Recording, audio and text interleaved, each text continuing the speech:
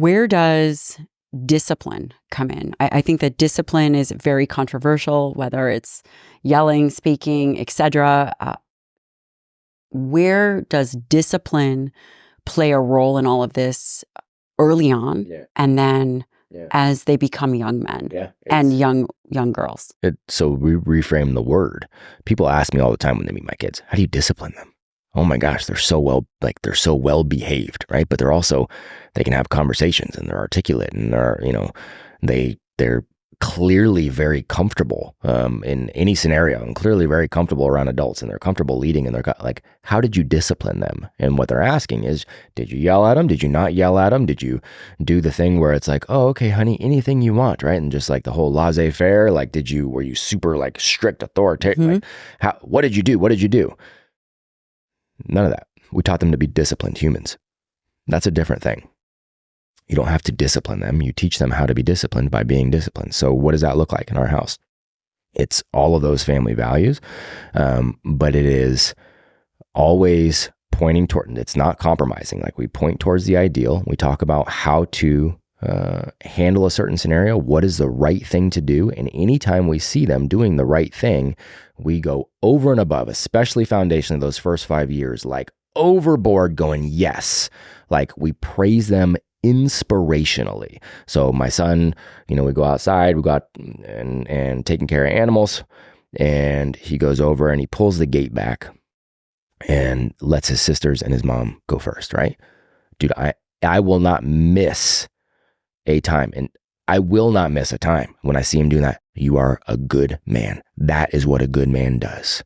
Like, I will make sure he knows that's the thing. So what happens now? Anytime we go anywhere, my son is notorious for he will hold the door open for everybody, especially if it's women or girls or children. He won't miss it. And every time I'm like, I literally, like, when he does that, I bow to him like this, tell him thank you. I'm like, dude, that's it. Like, that's the man right there, right? I will praise inspirationally anytime they do. Anytime they go up and they're just like, hey, here, my name's, so-and-so, nice to meet you. Took him to the side. That's it. That's how a leader acts, right? That's how a leader acts right there. Exactly what you just did. Keep doing that, right? So we set the standard. We praise them inspirationally every time they hit it, especially for those first 5 years. And then again, 5 to 8 is kind of the next developmental range. And you give them a little extra responsibility. Praise it, praise it, praise it. When they miss the mark, because they will. Especially, for example, within that 3 to 5, what are you doing there? Because they are off the rails. But they don't have to be off the rails in every scenario, right? Oh, my 3-year-old is my 8-year-old when he was 3, dude, he is your stereotypical, like, dude wants to be in a tree or fighting something. Yes. Like, let's fight. Great, man. Let's do it. Let's do it all day long until it's time to not. We have this weird thing where it's like, we can't, but they just want to. Cool. But they also are really smart beings, and they will understand when you say, hey, that's awesome. Like, I want you to be able to do this. Here's when we don't do it. When we go into a restaurant, this is how we behave. Watch this. Let's make a game out of this. Like, watch daddy. I want you to copy me. I'm learning right? so much. You're intentional, and they will just gravitate towards it. I love one of the things Jordan Peterson talks about. He says, your job up until they're 5 years old is to make them somebody worth being around. Because if you make it to where nobody wants to be around them, you're actually setting them up for failure. Nobody wants them to be around anymore. That sucks. They're going to treat them differently. They're not going to invite them to things. They're not going to have as many opportunities to grow as a human. So manners still matter. Right. I want my young man to be and he's out at American Top Team now, training, a couple days a week. He's doing Ninja Warrior. Like, he's Incredible. Out. My wife sent me a picture this morning, and he's way up in this freaking tree in the pasture. Like, he's doing all the things that a young man should be able to have the opportunity to do. But somebody comes over to the house. He knows. He goes over. He shakes their hand. Hi, I'm Loudon. Nice to meet you. Because that's the right thing. He doesn't have to know why yet. He doesn't have to yet. He just needs to know that that's what we do. And basically, it's continue to praise the good, put boundaries on the bad. And when they are throwing, and I understand that this is a very specific question, but I also think that it translates to us as adults. When they are absolutely throwing a fit about not being able to have candy in the morning, for example, that this happened this morning. And I just said, you know what?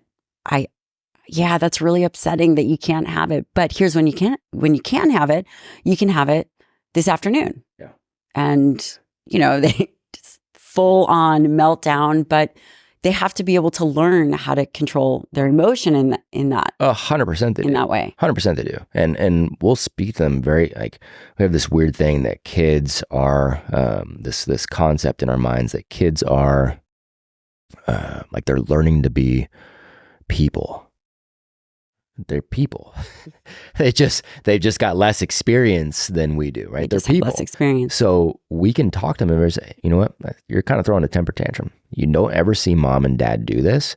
And I'm not going to honor that. We have in our house, there's freedoms, but freedoms come with responsibility. There's responsibility first. Right now, the responsibility you're taking on is throwing a temper tantrum. There's no reward on the other end of that. So you can do that all you want, but I want you to understand what you're throwing a temper tantrum for. You're automatically not going to get it now because there's a temper tantrum.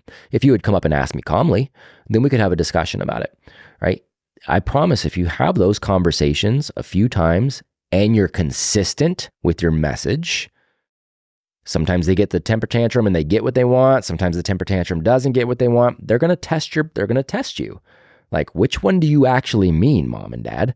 Yeah. Because you're not being consistent. If you're consistent on it, it won't take more than a couple and they won't throw temper tantrums anymore, assuming factory settings are still solid, right? So they're able to get out and get exercise. They're able to be fit. Like they're not getting fed a bunch of garbage. They're not sitting down and looking at screens all day, and they're not doing all these things that make it squirrely. You do all those things, you're going to have more temper tantrums.